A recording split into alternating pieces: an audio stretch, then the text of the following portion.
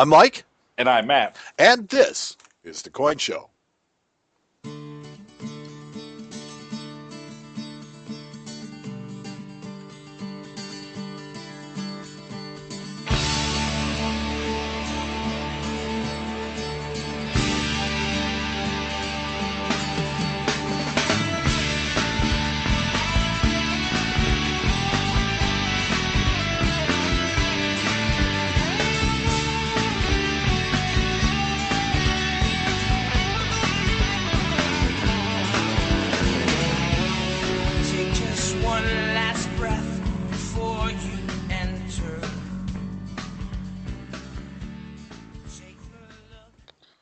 On this episode of The Coin Show, Matt declares his nominees for the Ugliest Coin Designs of 2014. I'm going to tell you about 3 books that make great holiday gifts. We'll answer a listener question, and we'll talk about the coolest thing to walk into Matt's shop this week. But first, as always, the news.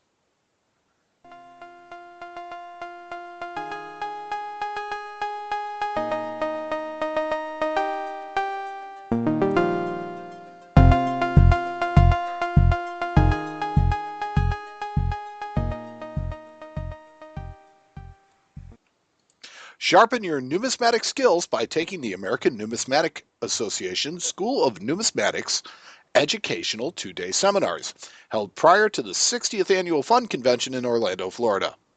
Fundamentals of Grading United States Coins and Introduction to Counterfeit Detection of United States Coins will be held on Tuesday and Wednesday, January 6th and 7th. Tuition for the seminars is $248 for ANA and Fund members and $348 for non-members. For more information and to register online, go to money.org. Matt, the United States Mint is once again making 2014 silver American Eagles. I read that. That's awesome. Yes, isn't that cool? Yeah. Numismatic News is reporting that the Mint started selling again on November 17th, and they were selling on the 17th and the 18th, but they had no clue how many more they're going to make or for how long they would be sold. Well, it's getting down towards the end of the year, so. Yes. But, I mean, with silver being so cheap right now, it's almost one of those that they may not be making them for that reason, because they don't have the available silver at that price point to mint, so who knows? It's hard. It's hard to say.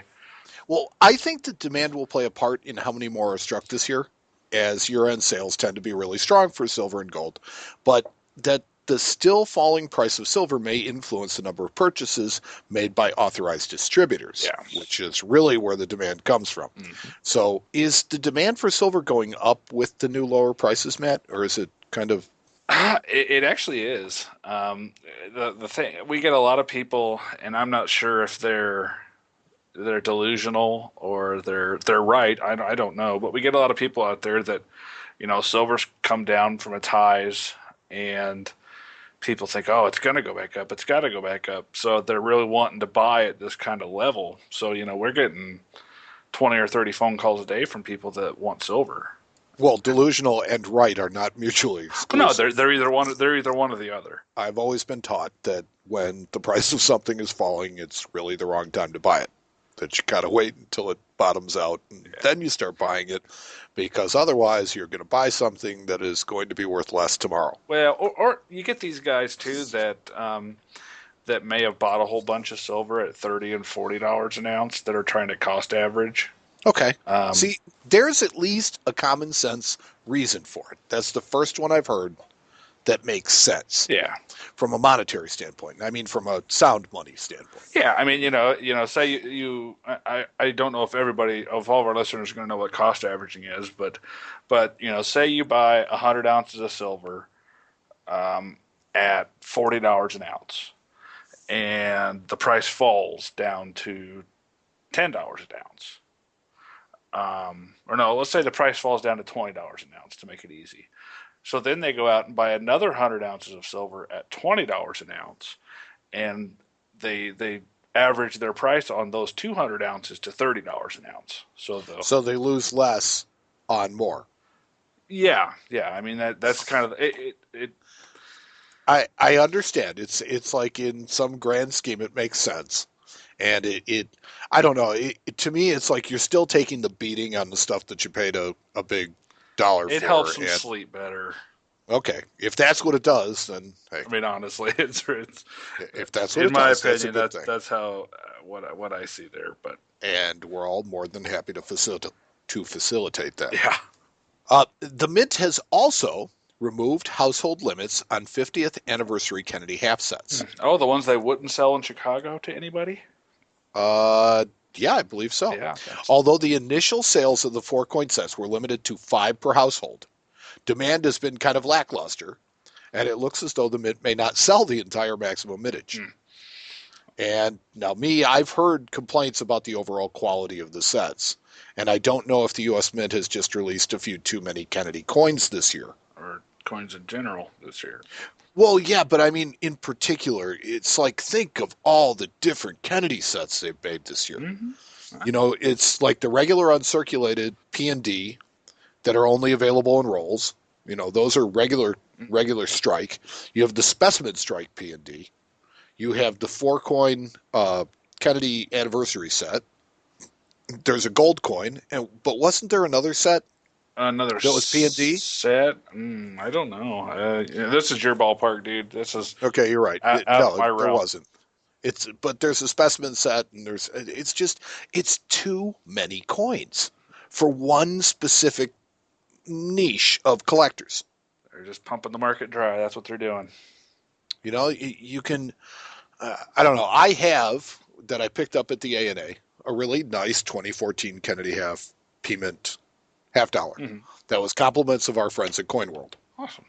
Yeah, they were handing them out in nice little, plastic holders, and it's cool because the Mint hasn't released them for circulation for years, so it was nice to have an example of it. But first off, I kind of really question the whole thing about the anniversary of the coin. It seems almost like you're celebrating an anniversary of his assassination. I don't know. It doesn't feel right to me in that regard. There's just something that seems icky. Well, and like I'm not as I'm sure you know, I'm not a huge fan of all this modern mint stuff. And No. the more sets they put out for the same topic, man, I think it just reinforces my position Yeah. that Yeah, because when it comes down to it, there are 10 different Kennedy halves this year. yeah, There are 10 of who them. needs that many? Well, certainly not me. Yeah, nobody. That's the Yeah. thing. And I just don't think that there's enough. I don't think that there are enough Kennedy collectors in the market to justify that type of thing. I think, you know, Well, obviously by your story here about the sales being slow on the sets, you're exactly right. and I think the poetic justice in this is, and this is just me being, I guess, a bit of a jerk, is that the people that are going to get stuck with these are the speculators. Yeah, I think the days of speculating are over. No, Honestly. you know what? Here's the thing: and this is just an opinion of mine, but I think it holds true overall. Is that every once in a while you get something big that comes out, and people speculate on it. They make a killing. Okay, and a good example of that was the 25th anniversary Silver Eagle Hmm. sets. And then over the next couple of years, the Mint comes out with another set that's somewhat similar, not necessarily a limited mintage, or the mintage of it is nowhere near as exclusive as that small set. And a bunch of people jump in on it and they speculate on it, and they don't really get burned on it, but they don't make any money on it, and it Yeah. kind of sours them a little bit. And then the next one that comes out, there are still more speculators that get burned on it until the point comes right now, like with this set, where the next set that comes out, people are going to be like, I just don't know. And that's going to be the one to jump on. Well, I don't know. I The next exclusive coin set that comes out is going to be something special again well, because the Mint will have to do that in order to create some demand for it. I think yeah, maybe intentionally, but I think that the reason why that 25th anniversary set was so big is that their website just got destroyed by people trying to order it, and nobody could order it, and by the time they sold out within a couple hours, there were people that couldn't even get the website to load, and It's possible, but I also think that you took a tremendously highly sought after coin and only made 100,000 of Yeah, them. yeah, yeah. That's true. And that's where I think all this is. But You they know, you've have, you got know, they have redone their whole website, and they seem to have addressed that particular issue, which yeah, hopefully the distribution in the future will be more accessible for people. It'll be more fairly distributed. You know, but some of that is going to depend on what they do as far as limits. You know, that I think is has always been a key yeah. as far as what they do. In '99, the Silver Proof set originally had a household limit of two. That was why the '99 Silver Proof set blew up. And now, in the intervening years, after everything's kind of calmed down and they've had their chance to kind of make their way around, the price of that set came way down. They're worth $100 now. Right, as they should be. I So remember the highest I paid for one was $350. I remember buying three of them at 31 bucks from the mint. I got my mom to order one for me, and my brother was really mad because he lived in the same house as my mom. So it's like they ordered two sets for the house. She gave me one for Christmas, and I ended up with three That's sets. funny. He was mad. Anyways, in non Mike Nottleman related news, our our neighbors to the north, the Royal Canadian Mint, has started accepting subscription orders for the 2015 $20 for $20 silver coins. This year's offerings will include a 25 for $25 coin, a Ooh. first of a kind colored 1 ounce $25 coin depicting the Canadian flag. I'm sitting here looking at a picture of it. It's okay. It's a sharp looking coin. Its design is simple and Mm-hmm. basic. It's an ounce of silver. I It's don't think it's an ounce, is it? Yeah, fine silver 9999. Oh yeah, you're right. It isn't. Yeah, I was gonna say I don't think those are one It is. ounce. You're right. It is not a It is not an ounce. It is probably less than an ounce. 1/4 troy ounce. 1/4 troy ounce. Quarter troy So what ounce. does that make it? About the size of a quarter? Much. Wow. And at $12 silver. Yeah. Oh, $15 silver. $15 silver. But I mean, it still has a face value. That's the thing. Yes, it has a face value, and in my opinion, it's a pretty good looking coin. Yeah. Um, this year we'll see the release of four new coins to the set. The first being the colored with a U $25 coin. All of the 14 previous issues in this series, with the exception of one entitled Summertime, has sold out. And the RCM has been really, really smart in keeping all of the mintages in the 200 to 250,000 range.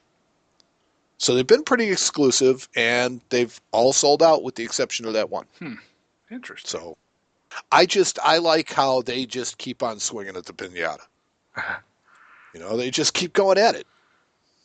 And speaking of accepting applications, Mm-hmm. the Bureau of Engraving and Printing, the BEP, has started accepting applications for free U.S. currency readers. Like currency? What is that? Okay, CoinNews.net is reporting that citizens and legal residents of the United States who are blind or visually impaired can now request a free currency reader from the Bureau of Engraving and Printing. It is a reader that you put currency into, and it will tell you what denomination it is. Huh. That's pretty cool. Yes, it's something that's kind of been in the works for a long time. An application form for those interested is available from the BEP website and may be downloaded on that site at moneyfactory.gov. I love that name. moneyfactory.gov/US currency reader form. The Huh. U.S. currency reader program will officially begin January 2nd of next year. Delivery is expected to take approximately 6 to 8 weeks. But yeah, they've put in things for the visually impaired, where they've made the denominations on them really big. And now they've gone, to some extent, the BEP to help facilitate use by the blind. That's interesting. I like that. Yeah, neat. The Perth Mint in Australia Mm-hmm. has issued the last of a set of Young Collectors Superpowers coins for 2014. Oh, Lord. 6 coins depicting 6 superpowers have been released during this year and could be purchased separately for just under $12 US. It's like $11.70. The series as a whole may now be purchased for just over $70 US and may be a gift idea for youngsters who are interested in both numismatics and superheroes. They're trying to gain broad appeal. Now, the coins are dedicated to the superpowers rather than the heroes themselves, with themes of super senses, invisibility, cybernetics, flight, weather control, and super strength. Let your powers combine. Woohoo! Captain Planet. Yeah, I personally don't recognize any of the heroes, and therein I think this series, lacks kind of a mass appeal element. Oh, man, that flight coin might just make my list. There's still time, right? We haven't recorded it yet. There is. My thing, okay, the coins are struck from an aluminum bronze alloy and carry a $1 Australian denomination. I don't know if they're legal tender, but my guess is that at some point a few youngsters may try to find out, as they've been given these coins. Yeah, well, I don't know. They're unrecognizable superheroes, and I don't know what cybernetics is. It's just a mixture of like computers and people, like bionics. Okay, well, that's Terminators. Pretty much. Yep, these are the Terminator coins. Now, hey, there's a coin they need to make. See, I would buy that coin. And that's kind of what my point was. Dear Perthmet. I don't recognize any of these superheroes. Terminator. Now, I'm not Australian. That's true. And I don't play one on TV, but I would think that if you used a little bit more mainstream characters, and maybe it was a licensing thing that they couldn't get that done. I was just sitting here thinking. Don't really know, but if you're going to try to appeal to kids, you need something that's a little bit more broad appealed. Yeah. And the fact that they've been issuing these all year, and they're still touting them as a gift for, I don't know, they're colorized. They're super light. They're aluminum bronze. They're or aluminium bronze, probably, as they say in Australia. Yes. So I don't know, but sounds fancy. Yeah, I just personally don't see this as being a really big set. I think it's a loser. Although the chick on the flight coin's kind of hot. No, she's not. She's weird looking. She looks like Lady Gaga and Kim Kardashian had a baby, and then gave it superpowers, and then burned it in a fire. Yeah. Okay, I'm gonna just leave that out. And finally, in the news, former Illinois Congressman Philip Crane has died at the age of 84. Wow. Now, who was Philip Crane, you might ask? Crane was one of the main reasons that Americans are permitted to privately own gold. Oh, cool. He pressed for the repeal of FDR's ban in the mid-'70s and eventually tacked a resolution allowing private gold ownership onto a foreign aid bill that President Nixon desperately wanted. So he went the typical politics route of getting it done, but he actually got it done. Numismatic News reporter David Gans said that Crane told him personally that it was the only foreign aid bill that he voted for in his 35-year congressional career. That's funny. But, as a lot of great things happen through the back door in politics, this is something that I think is really important to numismatics. I think it has been a boom for collectors. I think it's been great for the United States Mint, and I think it's been great for coin collecting in general. It's interesting that you're talking about that subject, because there are some companies here in the state of Indiana that have been working with a lobbyist to get rid of our sales tax, or try to get rid of our sales tax on silver and gold and collectible coins, which is pretty much akin to what they did here. Except on a little larger scale. But it's funny they were talking about sliding this wording into some bill, some other bill somewhere just to get it through. So That, it's interesting. that is most typically how it happens. We don't have sales tax on coins here in Illinois. Yeah, and there's 31 states that either have no sales tax on coins or bullion, or exemptions over a certain amount. Indiana has sales tax no matter what. So But it's low in general. it's 7%. So Oh, okay, not that low. yeah, that makes the difference if you're talking about an ounce of gold. Yes, yes, it certainly does. So we're working on it. But yeah, it's funny that you're talking about that because it's similar to something that I'm a part of right now. I thought it was worthy of note, and it is fitting that numismatists remember Philip Crane. You can find these and other news stories from the coin world on our website at coinshowradio.com. Just click on News on the top bar for our RSS news feed.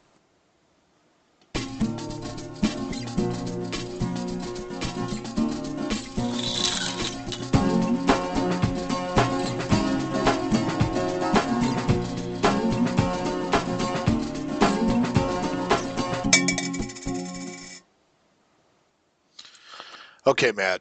Yes, Here sir. is, I always know that these segments are going to be fun because with as much as you love modern Oh coinage, yeah, this gives you a chance to really just kind of let the venom I fly do too. and and give your opinions My opinions, of on what, course, only just mine. yes, on what you believe personally are the worst coins or the worst coin designs Yes. of 2014. Well, every year about this time, Kraus Publications comes out with their list of the best coins of 2014, or they have a large list of the best different Coin of the year. coin of the year. Yep, and they have several different categories they do. So I always get the emails about it, and that seems to always spawn this segment for the year. Um, just because I even think that some of the coins that they vote as coin of the year are pretty ugly myself, though none of them made my list this year. None of the coins. So there's no crossover between these two There lists. is no crossover. Wow. Well, at least you're consistent. Yep. Um, so the first coin I wanted to cover is a really strange looking coin. And this was the Perth Mint Year of the Goat 999 silver coin. And I know you have a picture of it in front of you, Mike, but to describe the coin, you have three goats with horns. Well, two goats with horns and a little goat. Looks like a mom, a dad, and a baby. And they have been, I don't know, gilded almost. And they're kind of just standing out in the open. But the gilding, in my opinion, almost makes them look like bleach blonde goats. Well, they are kind of yellow. Yeah. Now it's like this is a round rather than an actual coin, though, isn't it? I think you're right actually, but it is made by the Perth Mint, so Sure, we absolutely. can we can razz them there. Well, yeah, no, I was just saying that it has no legal tender status anyplace. Apparently, yeah. Although it's a silver coin at least. I don't know how heavy it is. I would So it guess it's probably an ounce. okay, and so it has some value to somebody somewhere. Yeah, More so than like but those man, superhero coins. but man, those bleach blonde goats that's what did it for me on this coin. Maybe they're natural blonde goats. You don't know. Not that blonde. Can you see the roots? Yeah. The next coin that made my list, sadly, is a U.S. coin. And this was the 2014 Everglades quarter. I'm just not a fan of this coin at all. You have two birds on the coin. One of them is an egret, I think.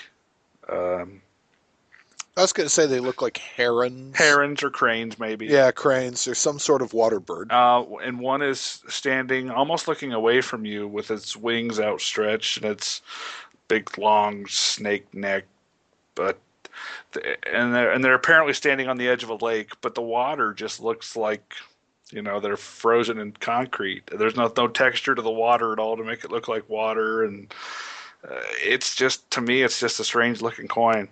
Well, not to jump on you too hard, okay? They're in the Everglades, so it's a swamp that they're in, and But that one bird just, I mean, the bird on the left looks like he flew out of the sky and landed in some wet concrete, and he looks like he should have a cigar in his mouth. Yeah, see? and he's stuck. That's what it looks like to me. Well, yeah. And if you really like this coin, they do have the 5 ounce hockey puck version is available. I'm sure that's a big seller.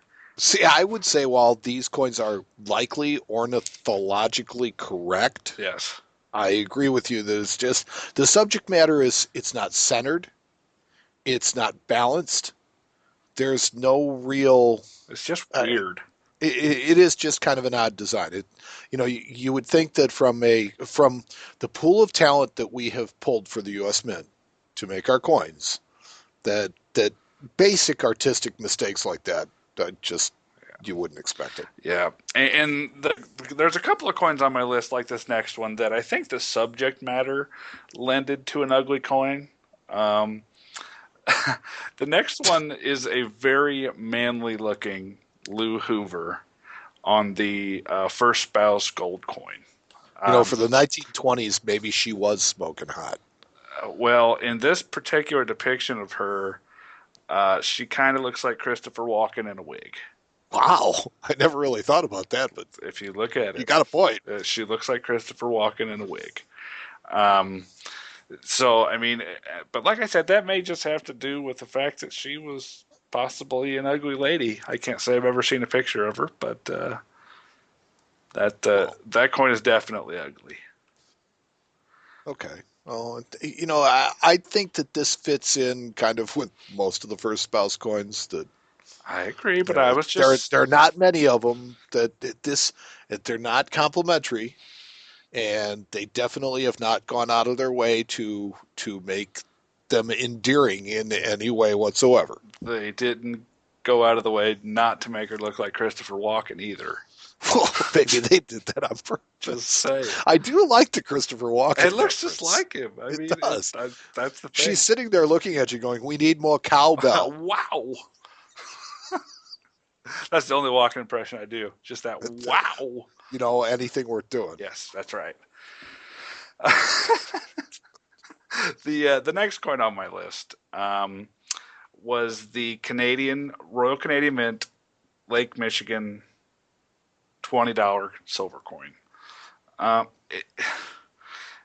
it, it's really an interesting design. I can't say that I hate it, but I mean, it's just kind of boring. It's a map with a blue lake in the middle of the coin. Obviously it's Lake Michigan. I mean, we all know what Lake Michigan is. But I mean, the coin itself really just looks like a map. I mean, Well, okay. I will say that being somebody who has lived on Lake Michigan virtually all of my life, I'm very familiar with the lake, and I've never really seen it um, by itself. Where it's not connected to the other, yeah, to Lake Superior and to Lake Huron and the other Great Lakes that are right here in this area of the map. yeah. And so it has a very strange look to it. And I think that if they didn't colorize it, that the coin would have people would wonder if it was misstruck. People have no idea what it was. And the weird thing to me is all the different kind of just random blobs that are around the obverse, like at the bottom. Like for example, the bottom of Lake Michigan touches northern Indiana. And on this particular coin, there's some sort of strange blob down there that I have no idea what it is. Yeah, There's really nothing in northern Indiana, yeah, I southern agree with Michigan. you. I don't know what that I blob is. have no idea what those are, whether they're because there are no hills Yeah, or there's nothing there. there's sand dunes, Yeah, but but they're not that that's big. yeah, and they're not there. Yeah, And then they have those in they have those in Wisconsin, and they have them all over Michigan on this map. yeah. And And then it is I just don't. it's It doesn't make a lot of sense to me. So it that's is why it made my strange. list. Okay, It I'll give you that it one. kind of looks like a map, but I think their map is kind of, I don't know, wrong. I don't know if that's. I just don't know what those lumps are. It's I don't know. It's kind of like a map, but it's not. All right. And the next coin that came to my list was the Lord Kitchener's Call to Arms €2 coin. Um, Now, you know what my first impression of Lord Kitchener what's is? that? Joseph Stalin. He does look very, very similar to Joseph Stalin. That's what I see when I see He that. looks like Stalin with a longer mustache. And the way that he's pointing at you. I mean, this was an iconic picture in the days of the First World War. You know, your country needs you. That was the phrase that went with his call to arms. But I mean, most people are lost on that these days. And I mean, he's just from the looking at the coin itself, it's bimetallic. Um, he's centered on the coin, which aesthetically, I guess, is okay. But he's just it's a floating head with an arm. It is kind of dismembered. It is. Yes. I mean, there's no shoulders, there's no body. It's just a floating head with a finger pointing right at you. So I don't know. Would you be happier with this coin if it was Uncle Sam? If he was portrayed anatomically, maybe.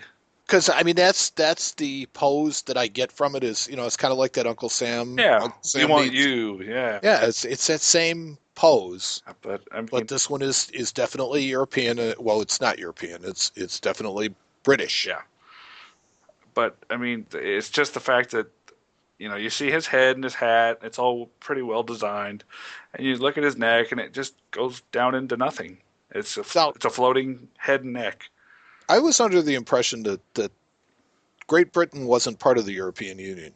I think that this was made by the Royal Mint, and I'm not quite sure who it was. Maybe it was made for a different country. Well, Um, it's a €2 denomination. That's why I yeah, that's wonder. what I was thinking. It's It that's weird. So it's confused on several levels. yes. My next coin is another one that I think the subject matter just did not help this coin any. And that was the 50th anniversary Winston Churchill coin, also from the Royal Mint. Um, I don't know if you've ever seen what's called a death mask, I have. but the obverse of this coin with Churchill on it kind of looks like a death mask of Winston Churchill. It's Okay. it's just it's See, here again, we go with what I mentioned in the news. It's a 50th anniversary of the death of somebody. yeah. It kind of has that creepy thing. And then they smushed him all up against the one side of the coin. Yeah, yeah. I mean, Winston himself obviously was not a lot to look at. A great man, did great things, but he was pretty homely fella. And they've done the other coin back, I think, in '64. They did a Churchill crown, and it was an ugly coin too. So I think just Winston Churchill in general lends to ugly coinage. I can't see the man without a cigar. That's true, and that's something that they didn't want to put on a coin because obviously there's some political Political correct, correctness. yeah, blah blah blah. But Yeah. but yeah, that coin made my list this year. And last but not least, we have a circulating coin, and this is the 2014 Russian 5 rubles coin, and it just this particular side that got me was there's a side with a lady on it. She appears to be walking, um, and carrying something. I'm not even sure what it is, to be honest with you. Um, Well, if you could read what it said, it well, might help. it looks to be a commemorative of World War II. It does Mhm. have dates of 41 to 45.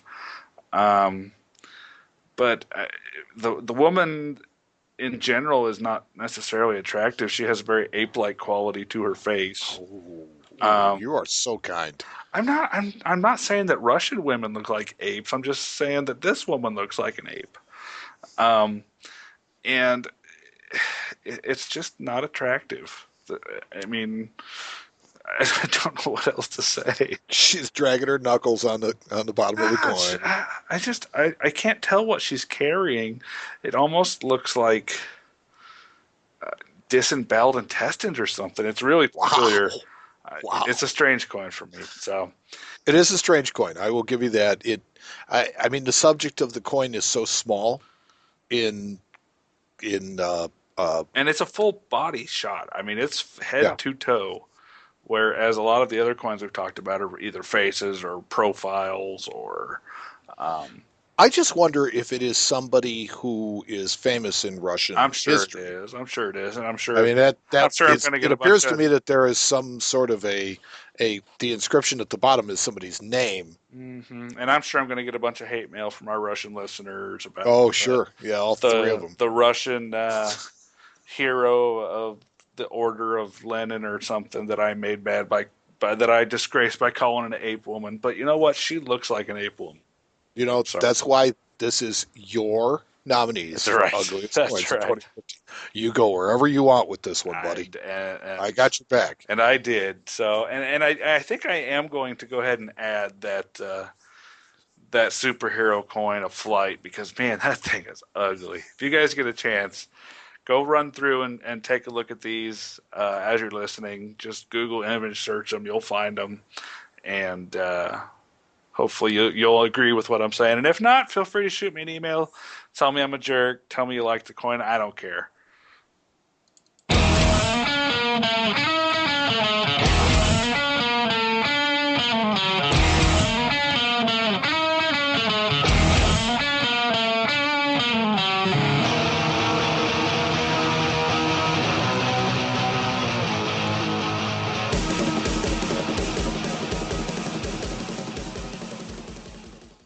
You know, Matt, we have a listener question. Holy cow! Yeah, I know. Every like 6 months or something, somebody sends us an email and they kind of want to know what we think. All right. And all right, all right, all right. And we're always more than happy to answer them. Uh, this one says, Matt and Mike, I started collecting about 2 months ago. Mostly been on Silver Eagles, Okay. some stacking and other collectible bullion. Okay. Don't know if there is such thing, but go ahead. My next step is gold. I probably have about 1,000 to 1,500 a month to put into coins. Well, God bless you. Yeah. Right. I want to venture down the path of numismatics for gold. Okay. I think I like the way he says that. I like the design of the $10 Indian gold and may pursue that. If I do, what would you suggest for me to start with? Should I buy only slabbed ones? Are there fakes to look out for if I go for raw ones? The series seems like it is at a lower premium to some others out there. Matt, do you have some in the store? If not the $10 Indian, then what might I consider? I thought it was going to be new Gold Eagles, but have changed that thought. Thank you for an educational and entertaining show. God, we got this guy fooled. Joey McNeil. That's a great question, really. The the things you have to watch out with on $10 Indians is just like the two and a halves and the fives. There were a lot of counterfeits made back in the 50s and 60s before it was legal to own bullion gold overseas, and they're very deceptive. So if you're not really well versed in counterfeit detection, my advice is to stick with the certified stuff. You'll just be doing yourself a favor because I mean, the older counterfeits are still made of gold, so that the downside is not nearly as bad as if you run into some sort of modern counterfeit that's not gold at all. But the the kind of the general rule of thumb is if you don't know, just stick with the top tier graded stuff. And personally, of that era, I think that's probably my favorite coin as well. Well, So it's designed by Augustus St. Gaudens. mhm. Designed by Augustus St. Gaudens. It's just a coin that I've always liked as well. As far as having that kind of money a month to spend, you can definitely get a nice coin a month. Now there are some better dates in there that get tougher, and I don't know them off the top of my head. But I do know that there's some dates that do get a little spicy up in higher grade.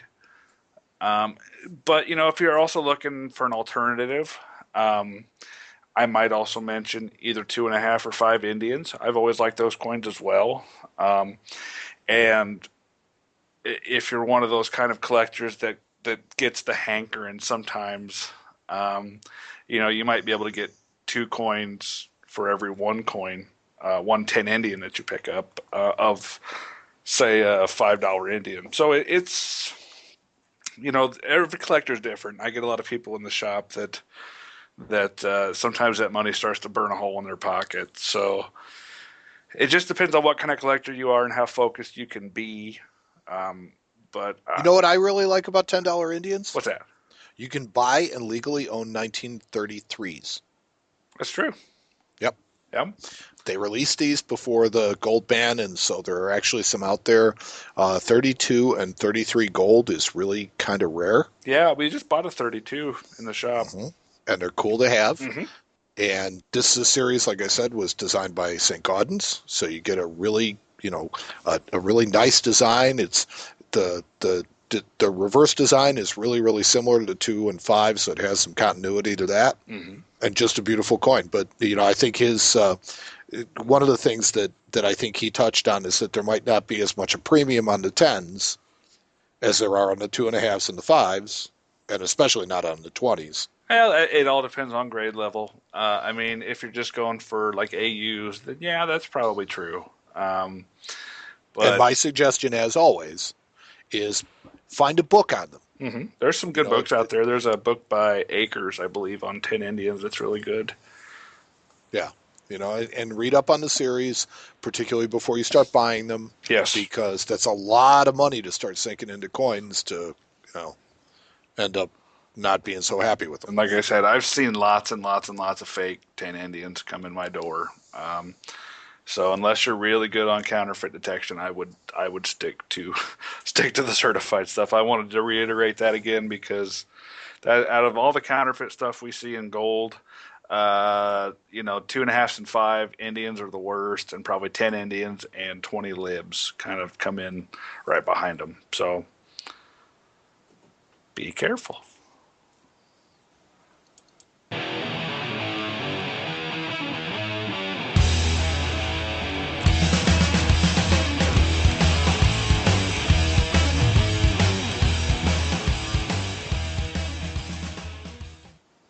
Yes. Matt, for the past 2 holiday seasons, I've done segments that included reviews of books that I felt were great additions to your library, and it kind of got me started on them. This year, I found more books than I can cover if I were to address them one at a time. Uh-oh. So I have decided to give you a more brief review of 3 Oh, books we're getting a threefer? that I feel are worthy of being included, as well as would make great holiday gifts. That's awesome. Yeah, because, it seems like the holidays sneak up on us, and, now it's Thanksgiving time, so it's like we're going to put out only one more show before Christmas probably. And it's like, okay, so I give you 2 books. Yeah. So I figured I'd throw a threefer at you, and this gives me an opportunity to kind of spread it around a little bit and give you some stuff at different ranges and different views on numismatics. Cool. So the first book I want to tell you about is a guidebook of United States paper money. Kind of like the Red Book of Paper Money. It actually, if you ask me, fits in with that series of the Red Book, a guidebook of, and it is published also by Whitman. Many people are familiar with the Whitman Red Book series, covering varying subjects in the world of numismatics, and each year they add more volumes to this collection. A guidebook of United States paper money is one that I feel should be included in the series, but it has for years stood on its own as a companion to the series. Or maybe the series is a companion to it. The 4th edition was released this past year, and this newest edition covers all issues of federal paper money of the U.S. from 1861 to the present day. So this is all inclusive, as paper notes prior were released by individual banks and not the U.S. government. 416 pages of full-color photographs provide a fascinating history of the paper money of the United States, including the newest editions of our Federal Reserve notes from $1 through $100. So it's got the new 100 in it. Cool.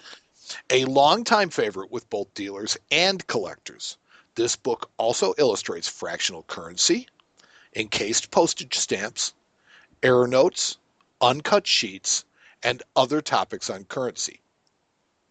A complete listing of all the signature combinations, including star notes, are valued throughout the book and cover all U.S. denominations, including the ultra-high denomination $10,000 and $100,000 notes. Authors Arthur and Ira Friedberg are known in the numismatic world and have created an enjoyable and valuable reference on U.S. paper money that people of all levels of knowledge are sure to use and enjoy. And priced at $24.95 US, it is an affordable reference that will provide value time and again. Now, we also talked earlier in this segment or in this podcast about Kennedys, and there is more to collecting Kennedy than just Kennedy halves. So there's a new book about the Kennedy world in medallic art by William Rice. Oh, And interesting. this is an adventure for the John F. Kennedy collector and enthusiast. Okay, this book goes beyond the typical coverage of Kennedy half dollars and their origin. Rice takes you into the family history back to the days of JFK's grandfather, Patrick Joseph Kennedy, who would serve as Massachusetts state senator, and describing and illustrating many items connected to the Kennedy family history. Medals earned by the young man who would become the 35th president are shown and allow you to expand the idea of what you can collect in connection with JFK. Many don't know that JFK was the first Boy Scout to become a U.S. president. Did you know that he was the first Boy Scout to become a U.S. president? No, I didn't. That's Yeah, interesting. Was he an Eagle yeah. Scout? That he was not. Okay. Well, at least it doesn't say so. But most have seen dozens of tributes to the fallen leader, and the overwhelming majority of these come from the era after the assassination. But how many have seen the swim club medal he won in 1931? It's in the book. Interesting. So anybody who is captivated by the history of JFK will spend hours of enjoyment with this book. Tales of the bravery that he demonstrated on the PT-109 are illustrated by pictures of his military ID, dog tag, photos of the individual medals that he earned while serving in the U.S. Navy, including his Navy Good Conduct Medal and his Purple Heart. All of these are medallic tributes to JFK. Interesting. Inauguration medals, tie bars and clasps. Say that 10 times fast. Coins honoring his establishment of the Peace Corps, and even his Pulitzer Prize for the book Profiles in Courage. They show us the side of JFK that has been overshadowed by his assassination in Dallas. Not only awards given to Kennedy, but awards given by Kennedy are included in this book. Appreciation medals, given as gifts by the president to entertainers like Jacques Cousteau and Bob Hope, are also included in this tribute book. Satirical pieces featuring the First Lady, tributes created years later, and virtually anything medallic that references JFK are covered. So, it's got a lot of stuff in here. The depth of this subject actually surprised me, as the author doesn't even discuss the Kennedy half dollar until chapter 14. That's pretty neat. There's a lot in this. This is I've seen a book full. like this about Lincoln, but I guess I figured that was just to give me because there was so much stuff about Lincoln. But I never thought about all the stuff that would be out there for John F. Kennedy. Very interesting. Yeah, and a really beloved president. Mm-hmm. Items made by commercial entities, wooden quarters, silver bars and rounds, coin covers, postage stamps, even paper money doesn't escape treatment by Rice in his offering on JFK. Virtually anything that you can imagine, and some that I couldn't, are brought to you in the pages of this wonderful book. This one's priced at $19.95 US, is 284 pages, and hardbound. And I say it's a reference that's a must-have for anyone who is fascinated with collecting JFK-related items. Very interesting. Yeah. And lastly, Buffalo coins, America's favorite, by our good friend Q. David Bowers. Buffalo coins or just nickels? No, Buffalo coins, America's favorite, by Q. David Bowers. This is a light read in paperback that discusses the American bison and its treatment throughout the world of numismatics. Whether on tokens, medals, or paper money, the buffalo has been a favorite subject of many artists and can be found on more denominations than any other single subject in U.S. coinage history. And we talked about that in a quiz feature in a while your ago. ambush quiz. Yes, in one of my many ambush quizzes. Yes. An entertaining account of the buffalo and its place in American history Bowers shows the deep link that Americans feel for this native North American beast and the many ways in which we have illustrated those connections in our public lives. From the many examples of bison on legal tender coins, to medals using them as a central feature, to the many towns and counties named Buffalo. Huh. There's Buffalo, Colorado. There's Buffalo, New York. It's apparent that this most American of animals has become a symbol of the United States and its people for over 100 years. Appendices illustrate a virtual collection of buffalo nickels with a photographic example of each by date and mint mark, a checklist to use when assembling a collection, a description of varieties, and a grading guide to help identify condition of coins often encountered. Now, it's not an in-depth study of buffalo nickels that we might expect to find it, with a Bowers name tag on it. But it's more a gentle journey through the history of the American bison and his place in America, and as a piece of the fabric of our lives. Written to be enjoyed by young and old collectors alike at $14.95 US. This is a great introduction to the Buffalo and American coinage, or a great read for those who don't want to get too deep into any specific series or collection. Huh. Cool. I like these threefers. These are a lot more fun. They are a lot more fun, and these are just things that, with the holidays coming up, I still think there's no better gift than books, and there's no better thing that you can share with each other than knowledge. Do do do do.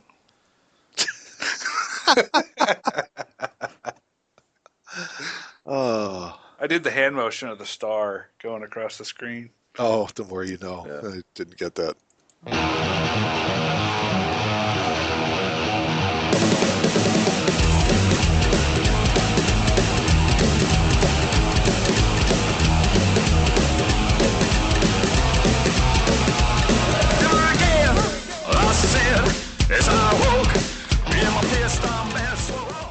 Okay, so it's time for you to drag me through yet another episode of the coolest thing to walk to do your shop this week.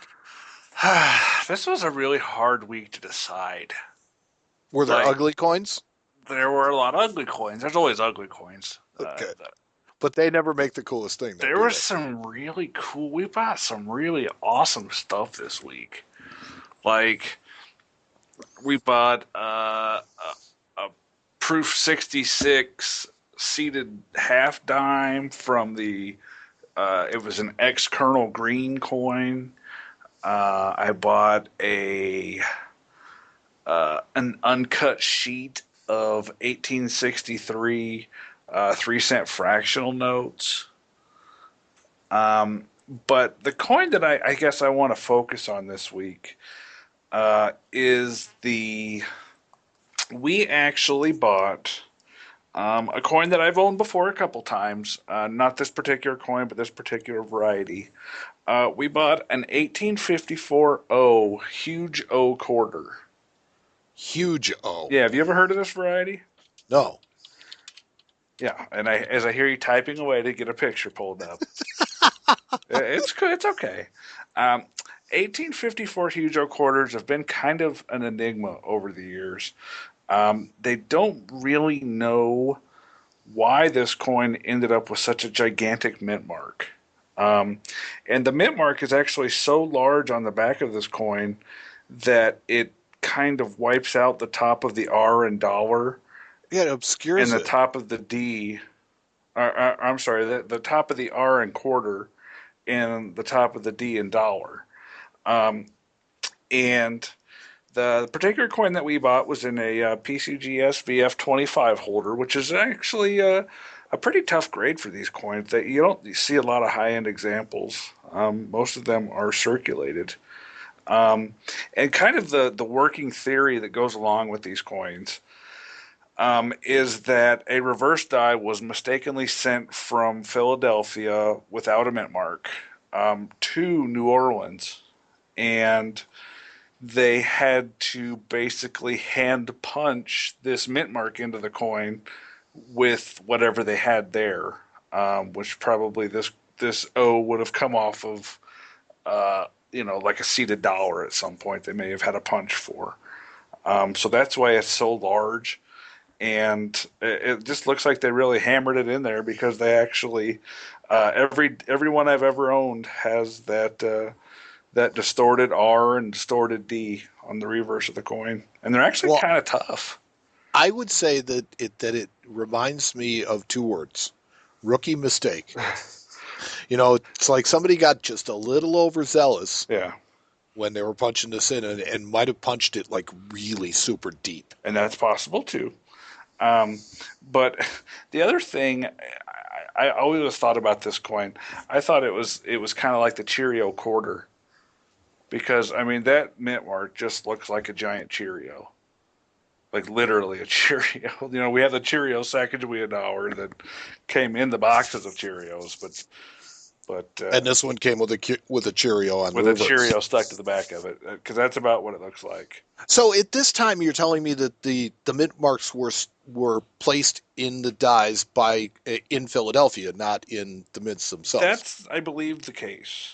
Yeah, at that particular time, they were all punched in Philadelphia and then sent off to the respective mints. They were punched by hand, of course, but they were sent Right. off. That accounts for the variety of positions of mint marks and things like that. But yeah, if you look at the huge O mint mark, it's like the interior of the O isn't the same shape as a normal O mint mark for 1854. Oh So yeah, it just stands to reason that it was struck from something that either, it probably was not intended to be a an O mint mark or was something that was crudely fashioned at the mint. and it was most likely not intended to be on the back of a quarter either.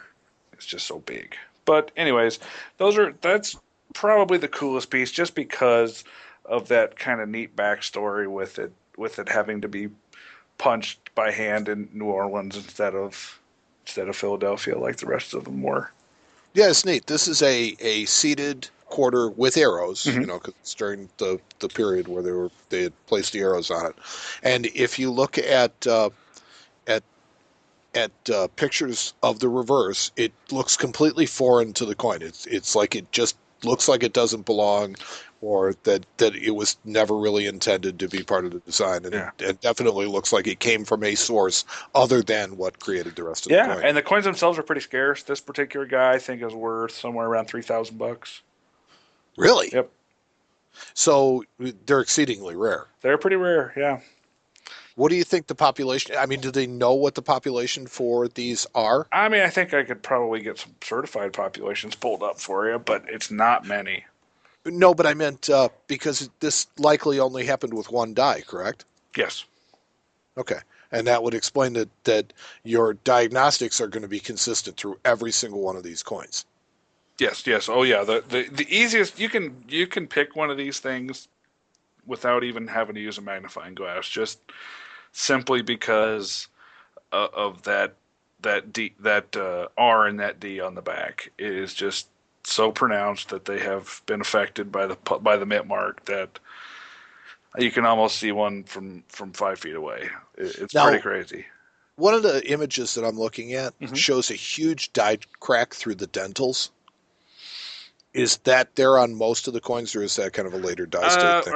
Is it on the obverse or the reverse? No, it's on the reverse, right below quarter doll. Or My core doll. yeah, Cordall. Core doll. My particular example doesn't have it, so Okay. it's one of those that it may have just been a later die state, and uh, And it just goes to show you how overused some of these dies ended up being. It's mhm. they really had to make do with what they had and just make it work. That's exactly right. So it's not the most glamorous thing we bought this week. We bought some really cool stuff, but man, I've always just been really fond of these, so I figured I'd like to talk about it a little bit on this episode.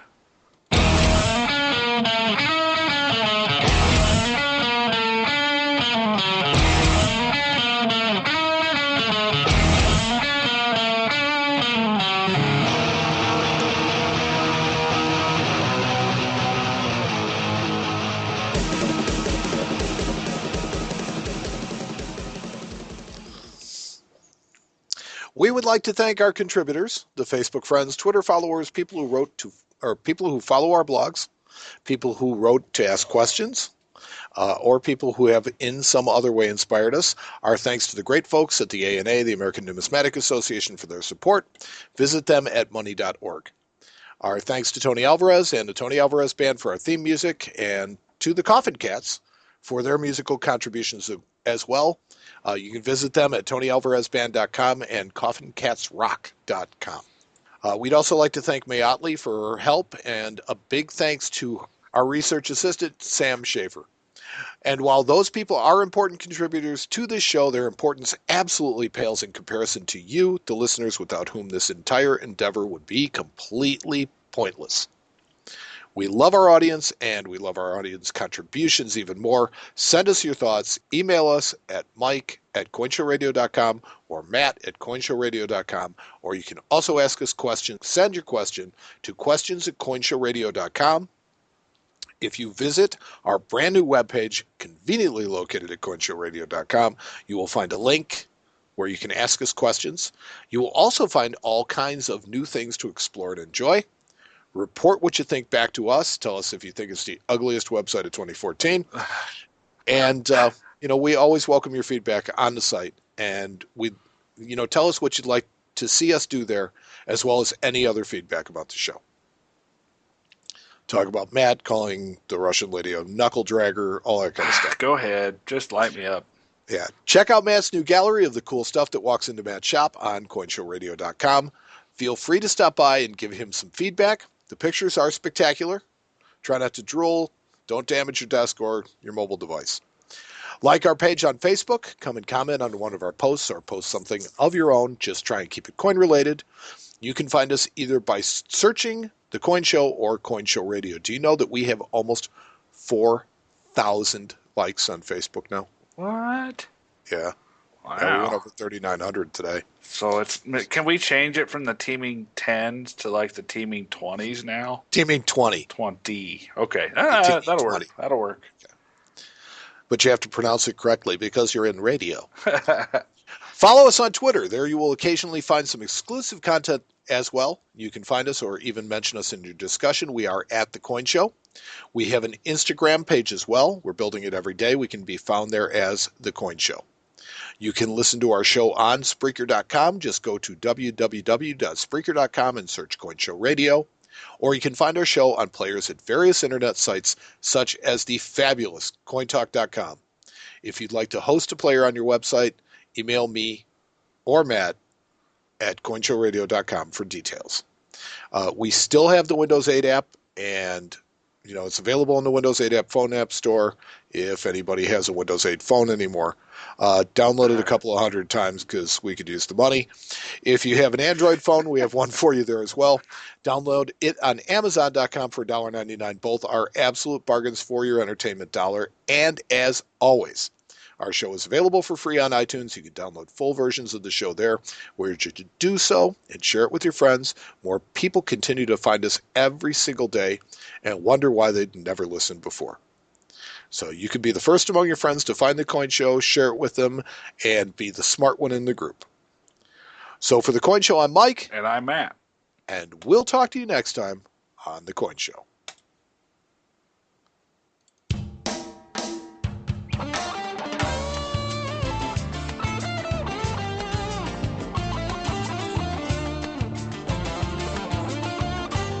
Play me out, Tony! I can tell by the way you look at me that it will not be forever, but that's all right with me. But tonight... Our intern and research assistant, Sam Shamanafaro. Speaking of acres, what'd the farmer get when he stepped on a rake? I don't know. 2 acres. That's funny.